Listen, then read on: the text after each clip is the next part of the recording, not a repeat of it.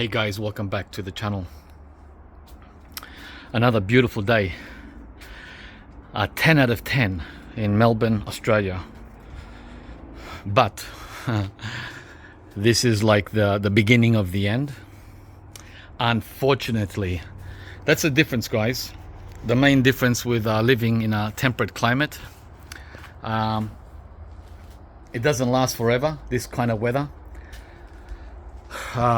It's like 6 months of the year, picture perfect like this, and then the other 6 months it's a mixed bag. You get this as well on some days during the other half of the year, but it's not consistent. It's like a rarity, right?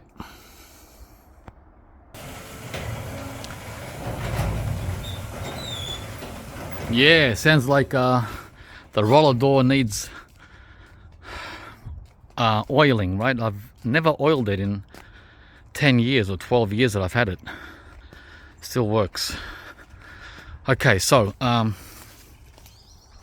today's video is on something I've shared many times.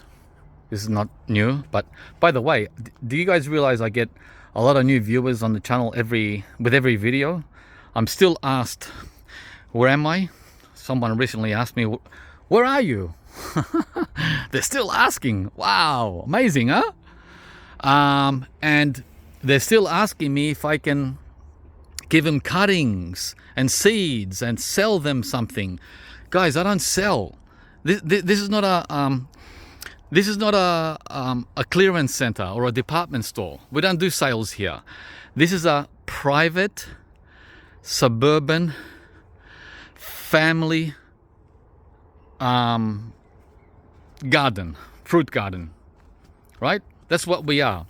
Let's make that clear, okay? We're not a business. I'm not interested in selling anything. There are exceptions. The ice cream bean trees, which I recently had on offer, that was an exception because I had two things going on. One, a lot of requests for them. In other words, they wanted seeds, basically. And instead of giving them seeds, I put the seeds in pots and I gave them the plants instead, ready to go, ready to plant. So that was the exception. Okay, today's video is on how, once again, how I feed my trees. I've been asked that as well a lot recently. How do you feed your trees? Can you please show us? This is the main way I feed my trees, guys. It's changed over the years. In the beginning, I would buy the bags from Bunnings, Home Depot, open them and just give to every tree fertilizer. Well, not really fertilizer. It was mainly compost, right? Compost bags. And I still do that once a year. Once a year, I will empty 20 bags of compost throughout the whole garden. Once a year, I do that at the beginning of the season in spring. And I'll be pulling back from that probably next year. I want to go 100% self-sufficient. Right now, I'm at 90%, right? Because of those compost bags. They're organic, they're premium, but you still don't know what the source is. And the other question is why? Why? Because I don't wanna deal with something that I don't know where it's from. That's why. I don't know where those bags have been sourced from. I've got some idea. You have some idea too, right? We all do. From slaughterhouses, right? Where all the cow, sheep, and horse and what have you poo falls to the bottom and it's scraped up, right? I'm not saying it all comes from there, but a big portion of it does. And I don't want to be a part of that, right? I don't want to deal with that on my conscience. So that's one reason. The other reason is, guys, I'll show you now. This is the other reason. Remember I showed you this video recently on these bananas and the bungee cords? I pulled out from here a whole banana stem like this one. Huge. It was right here, as you saw. This one. right? And all the suckers that were there near the fence, all gone, removed. And I cleaned up all the yellow leaves, all the dead leaves, everything, perfect. This is like, if they had a competition for the best banana clump in Australia, I'm not saying I would take first prize, guys, but I would be in the top 10 of the best clumps, banana clumps in the country. That's how I cleaned it up. And I didn't do it for showing off. I did it because of what I got from it. I'll show you soon what I got from it. Let's go and have a look. Why I cleaned up this clump after I harvested that banana. And before we go, I'm going to show you another stem I pulled out. One I didn't film, right there. Right? It was a stem as big as this one here. A big daughter, a tall daughter. Pulled her out. Got her as well. And another one from in here. From this clump. Right? So I went around some of the clumps, this clump, that clump, and took out and took out and took out. Let's go and see what I did with those stems. And by the way, all the things I share on here, they're for my own self, as a reminder to myself and as a record. It's not me telling you what to do. If you want to take some of my own advice, feel free. But I've had one guy, one smarty pants, tell me, oh, do you always change your mind and your advice on other things in your life like you do with your garden? Wow, what a cocky smartass. Yeah, so that kind of viewer we don't want. He was a troll, so I banned him, right? I blocked him. You're going to get blocked, guys, if you're being a clown. I told him what a clown you are, and I blocked him. So we know who these people are, right? They're bullies from school, childhood bullies. No face, no name, no profile, just a bully. So you're going to go straight into the block ban list if you're a bully. Okay, this is what I did with the material that I harvested. Cut down. You can call it harvesting. Harvesting green waste, right? So these are the bananas chopped up and piled on the ground around this King Thai mango. King Thai mango, guys. Maha Chanuk. That's how I feed my mangoes. And more important than this material is water. Water is more important than anything else in the whole world. Water. Oh, and I'm going to cover that too. Today we're going to cover a lot of things. You wanted to know what my little secret was with my mangoes. And I didn't tell you, did I? I left it out on purpose, guys. So you can ask me, so I can see who's paying attention. And 3 of you took the bait and asked me, George, you forgot to tell us what your secret was. I'm glad you're paying attention. Well, someone's paying attention, right? And not just fast forwarding the video to the end. I'll tell you. Well, I just did. Water, it's water. My secret is water for the success I've had with the Glen Mango. Water. I haven't watered that so much ever in its 10-year life. Water, guys, water. And when I say water, I'm not talking about winter. You have to understand me very clearly. This is very important. I'm not talking about winter time. You don't touch these in winter. These, they're not peaches. They're not citrus. You can't water these in winter. I'm talking about Melbourne. Again, I'm not talking about the dry tropics. I'm not talking about Proserpine. In Proserpine, you need to water these in winter. They don't get rain there. But we get rain every week in winter. And it's cold. Proserpine's hot. Proserpine's hot in winter and dry. Double whammy. Basically what we had this summer is what they have there in winter. So the challenge is reversed. They have to have their sprinklers on all winter. And in Townsville, right? And Bowen. Dry tropics. So we don't have the dry tropics. We have the wet winters here, and you never water these in winter. So don't go blaming me when I say to you my success. The secret to my success was overwatering my mangoes. Don't put that on me. If your tree dies in winter, you do this in summer between November 1st and March 31st. Only during those months do you water the heck out of these with no restriction. But only if you have, again, there's another but, only if you have well-draining soil. If your mango's in mud, in clay, forget about it. Undo everything you heard. Unhear everything. Your mango is gonna die. Forget about watering, it's already dead. So what I did here on these, this is a guava, it's similar but not the same. On the mangoes, when you plant them, you got to plant them in well-draining, free-draining soil, and with a slight mound.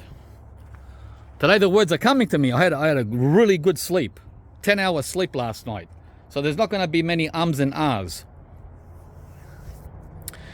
Yeah, so mound, well-draining soil, and I used what do you call it? Clay breaker, gypsum, and then I tested it with a hose. See where the water's going to go. Is it going to stay there or go? And then when it sunk.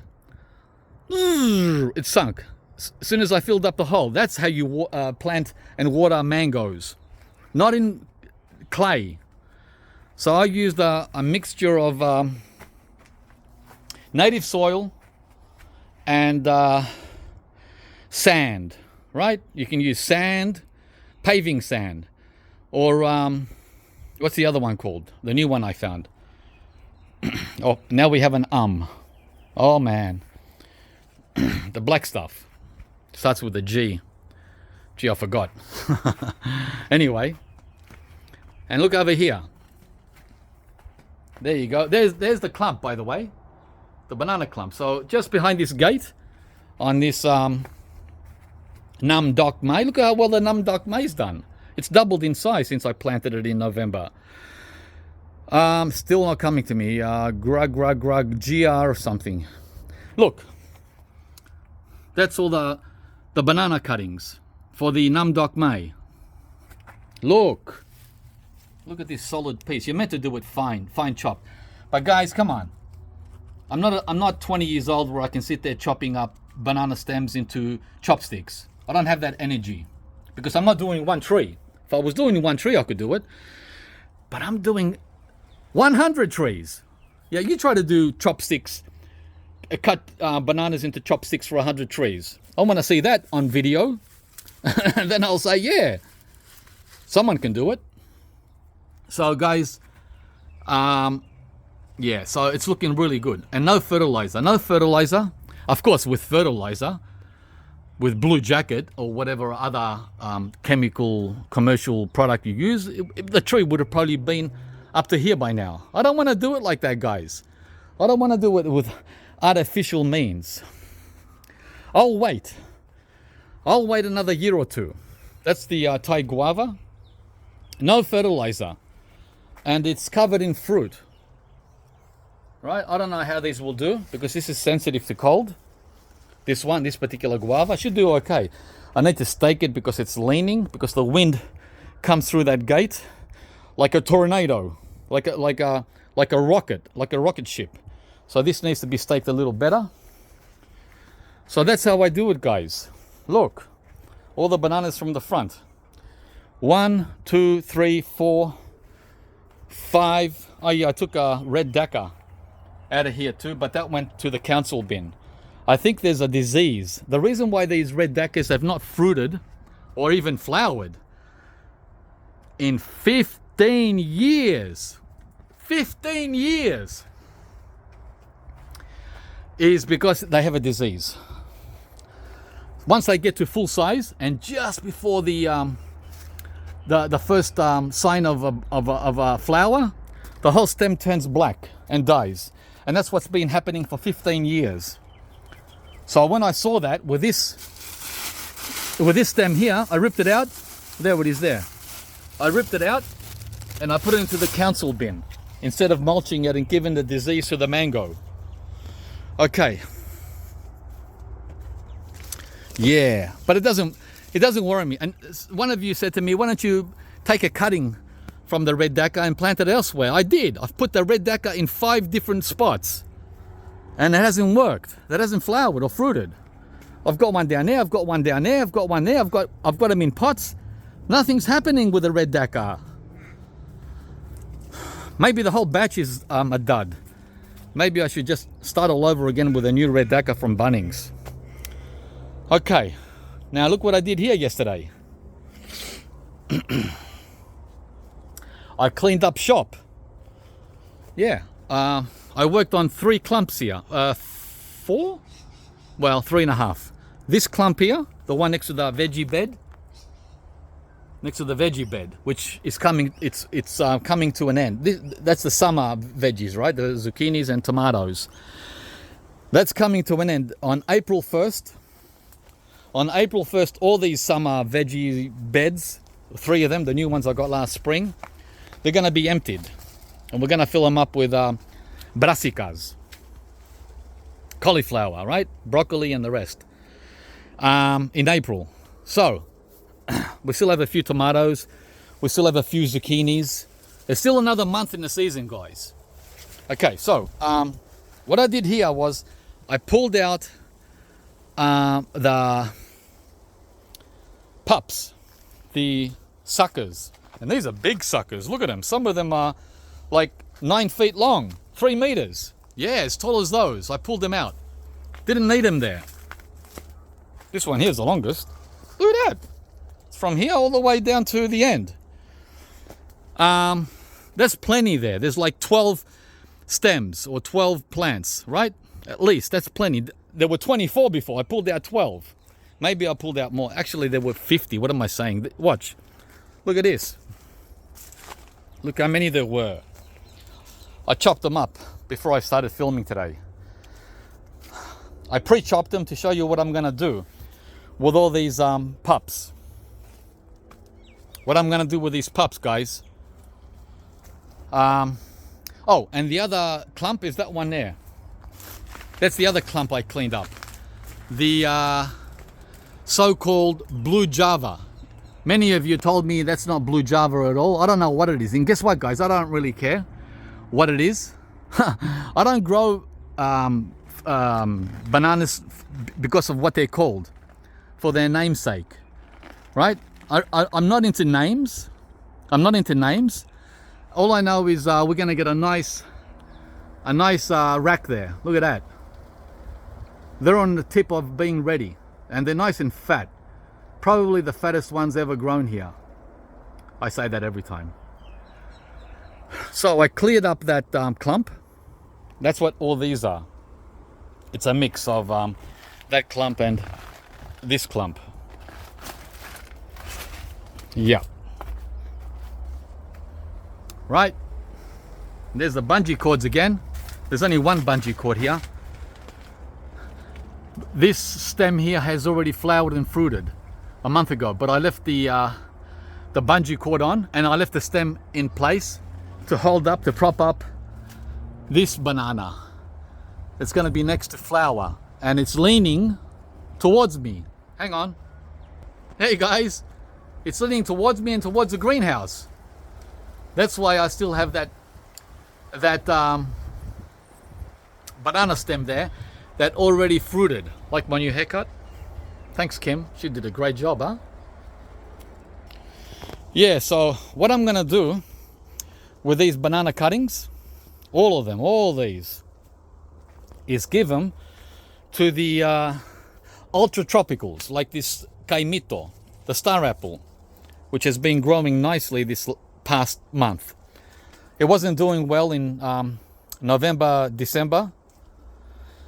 Actually, none of them were doing well. And then in January, once we got the peak of summer, it sort of started growing. Wow, these really love the heat. 25, 20, okay. November, December is 20 to 28. And you would think that's warm enough, right? No, 20 to 28 is not enough for these. Not enough for them to grow, to be on pause. Yeah, that's fine. That's fine, but they need 28 to 36. That's when it started to pick up. Wow, man, I can't give them that kind of temperature outside of summer. So they're gonna be really slow growing, really slow growing. So now I'm gonna populate the greenhouse with all these cuttings around each tree. There's 4 trees. The reason why you see so many other trees is because they're acting as shade. And before I do that, I want to show you what happened to one of the abiu. The abiu, this one here, there's 2 of them. One over there, which is doing great. That one back there, that's doing great. It gets a lot of shade though, like the star apples do. But this one, this abiu, was getting almost no shade. This one, and it got fried in January with all that intense heat we had, like full on, really bad, right? It even started to push our growth at the bottom here, but it was set back by the direct sun. Hang on, look, see that? It was in that perpetual position in full sun for, I don't know, 5-6 hours every day for January and February. Not good. So last week, a bit late, but better than never, I brought this potted loquat seedling to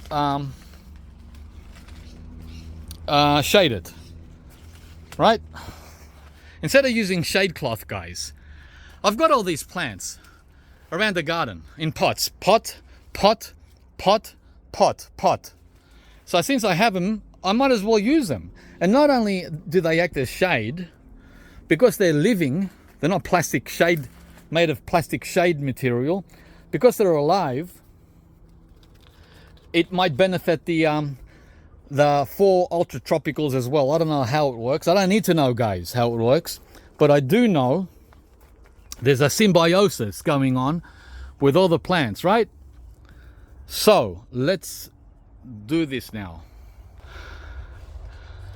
Okay, so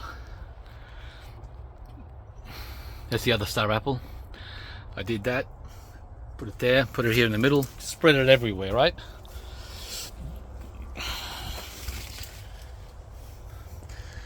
But I'm not done. I'm not done, guys. I still have to cut all these up and give them to these guys as well. Next. Okay. All clear.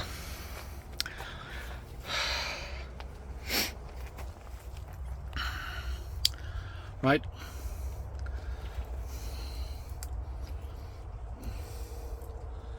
So we've got countless banana stems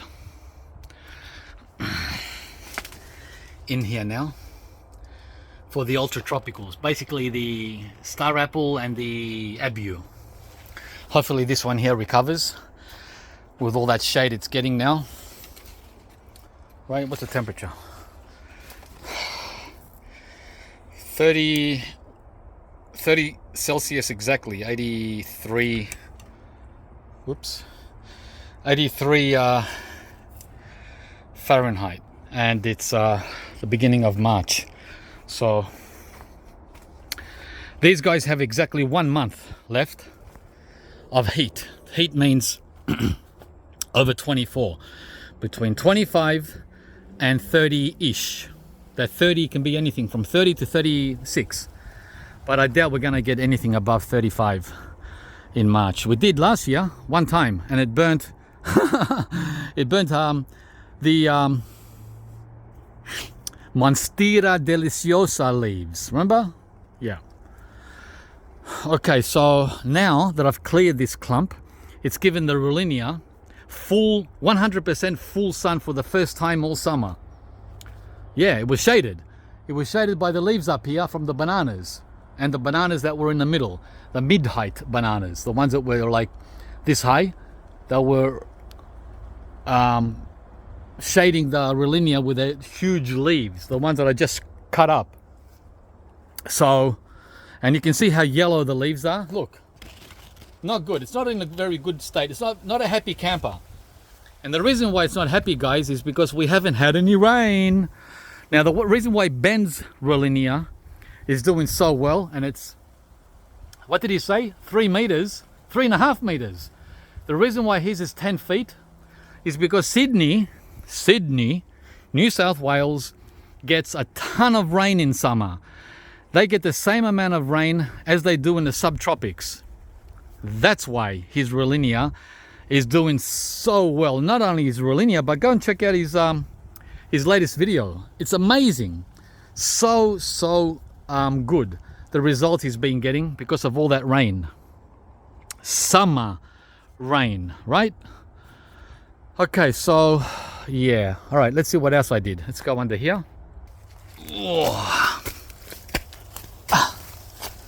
Okay.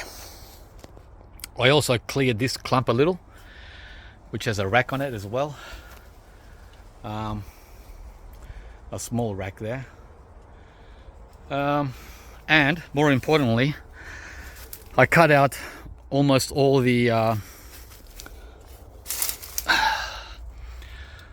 previous season's sugarcane, right? The same sugarcane that I pulled out from the front, right? So that's the 2024 season sugarcane. I ripped it out. Well, I didn't rip it out. I just cut it in half to give these bananas, this green sapote, the star fruit, and anything else in here, and the pomegranate, more sun. Because these sugar canes were, see, oh, by the way, these are the new ones for 2025. See, when the old, like bananas, when the old get cut down or eaten or fall in the wind, the new sugar cane replaces it. That's it. That's the new one. Look, and I didn't do anything to get this. They come up on their own. It's basically grass. Sugar cane is grass or grass. So this whole area now opened up because of the sugar cane. I'll show you. Here it is here. This is all the sugar cane I cut down. The 2024 season sugar cane, which I didn't juice again. Didn't juice again. Not the front, not the back. So we're skipping. There you are. There it is there. Right? We're skipping, guys, because I got too much on my hands. Way too much on my hands. So the persimmon here, what's it called again? The flat seedless is getting a lot more sun now too because of all the sugar cane that's gone. And I removed a couple of banana stems from here too. So I gave all the sugar cane and those bananas stems to the Rollinia here, the sook, who can't take full sun. Look, he needs a shade cloth. I didn't shade him all summer and he got burnt. Yeah, the longan, did I say longan? I can't remember what I said, but anyway, longan needs sun protection for the first 4 years. Unreal. Anyway, he's getting all this now to feast on over autumn and winter into spring. So that'll keep him content. But thankfully he got a lot of new leaves, which haven't been affected at all by the sun. Really weird. I don't know if that's the sun or if it's some kind of mineral deficiency. No, we're not going to use fertilizer on him. No way. I mean, if he needs fertilizer, why doesn't the black sapote need fertilizer? Huh? Look at its leaves. They're beautiful. They're perfect. So it's not fertilizer, guys. That's how you can tell if your tree needs something. What about the tree next to it? Same soil. So evidently this one got scorched and this one didn't, because this one is in the shade. This one is in the shade. This one is not in the shade. So that's how you work out what's going on. This one's in the shade too. This black sapote, perfect. Okay, so that's the job, guys, and that's how I feed my plants for the upteenth time. And the secret is out now. You can go and share it with everyone. How? Oh, there's another banana here I didn't see. This needs to be chopped up as well. I took some banana stems out of this clump. This is the little dwarf banana. Oh, by the way, okay, I'm digressing again. Remember I told you I get about 60 racks of bananas a year? And half of them are decent and the other half aren't? This is the half that isn't decent. Now I'm sure there's ways in Asia and Africa to use these. But I'm not that, what do you call it? I'm not that knowledgeable on how to use duds like this. I'm sure that, well, other than mulching them, that's what I do. I feed these to the trees. So if you know how to use these little tiny little bananas for food, let me know in the comments. So this is what I classify as a dud bunch. Yeah, we get about 30 of these a year too. Yeah, let the secret out, guys. How I was so successful this year with my mangoes. It was because of all the watering I did. These need to be cut up as well. I forgot to cut these up. You want them cut up, you don't want them just sitting there. Oh, bloody hell, I got this stake in my, almost into my gut as I came down. Unbelievable. It almost pierced my gut. A hidden stake. Okay, you go over there. Yeah, so I'm going to cut these up as well and feed them as fertilizer in the greenhouse, to the greenhouse plants, guys. That's how we do it. That's how I do it. Again, you don't have to do what I'm doing. This is only a record of what I do. You can continue doing what you're doing if you think that's working best for you. And that's the video. I got my workout. Yay! I don't need to go to the gym today. Nice. All right, guys. Yeah, it's been very dry. Very, very dry. But we're doing the best we can. Here's that other pumpkin I grew. I'll do another video on this pumpkin here. It's a different variety to the one I picked in the front. Yeah, a lot going on. I cleared all this now of bananas. The clump is clean. And the Rollinia is getting sun. And the greenhouse is getting all that mulch. So we got 10 things done in one go. One, what do you call it? Pruning? Pulling out pups? I don't know what you would call that. One action gave us 10 benefits. Give me a like if you enjoyed the video, guys. And don't forget to join the one person. There's always one person who gives me a thumbs down on every video. It's the same guy. Yeah, if you want, you can join him too. It's so funny. And also, don't forget to subscribe to the channel if you haven't yet. All right, guys, over and out. Oh, I forgot to show you the Angela mulberry. I trimmed it. That was done 2 weeks ago, and I didn't share it. Wow, as soon as I did this, the vegetables got full sun. Well, not this one, but this one did. Look, did I share this with you already? I don't remember. There's all the cuttings from the mulberry. Wow. Free food for the mulberry. I don't think that's going to need any dynamic lifter. What do you reckon? All right, guys, over and out.